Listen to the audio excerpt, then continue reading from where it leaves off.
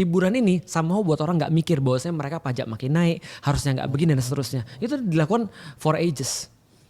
Menarik. Pertanyaan. Ini karena banyak banget dari pembicaraan kita dari tadi itu tentang kepemimpinan, menjadi apa sih bahasanya, menjadi imam, Menjadi kayak imam, Nabi, betul. Rasulullah gitu kan. Ternyata semua yang banyak banget hal yang baik di hidup yang bahkan nggak dikaitan sama agama itu bisa dipelajari dari agama. Betul. Sebenarnya kalau aku disuruh milih ya, aku milih orang pesantren atau aku milih orang kayak Raymond Chin di masa sekarang. Aku jawab dengan sangat yakin aku milih orang kayak antum.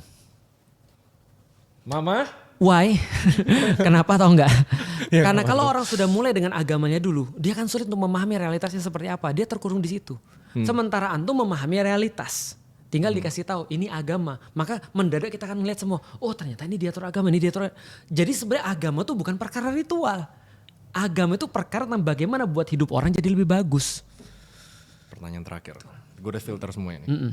Bagaimana menyikapi pemimpin yang zolim terhadap rakyatnya? Ini dari tadi kita bahas pemimpin baik. Gimana Betul. kalau pemimpinnya zolim? Pertama, kita itu melihat pemimpin zolim bukan karena kita benci kepada dia. Tapi karena kita sayang kepada dia, maka kita nasihatin dia. Maka pemimpin yang zolim pertama kali haknya adalah dinasihati. Sebagaimana hak setiap orang yang berbuat salah. Maka kata Rasul, tolonglah saudaramu seorang muslim. Bagaimana cara kami menolongnya sedangkan dia berbuat salah ya Rasulullah? Tolong dia dengan menasihati dia.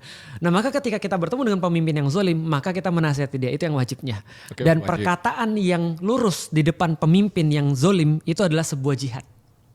Jihad itu apa? Jihad itu adalah bagaimana orang tuh berperang di jalan Allah.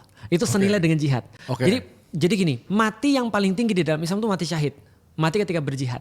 Oke. Berarti menasihati pemimpin untuk bermaslahat kepada rakyat, untuk lebih baik pada rakyatnya itu adalah setingkat dengan jihad fisabilillah. Nah, pemimpin kan bukan cuma konteks Ya. banyak konteks pemimpin Banyak. Pemimpin is everywhere. Ya, Rumah tangga pun pemimpin. betul. Tapi ada aturannya juga di agama, kita harus nurut sama Pemimpin. suami, sama Betul. pemimpin gitu. misalnya.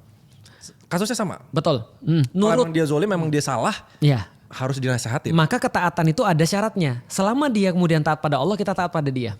Jadi taat itu tidak terbatas, tidak invisible, tapi taat itu ada batasnya. Selama dia taat pada Allah, kita taat pada dia. Nah cuma menasihati ada caranya, jangan dihina-hina, Gitu kan ya. Jangan.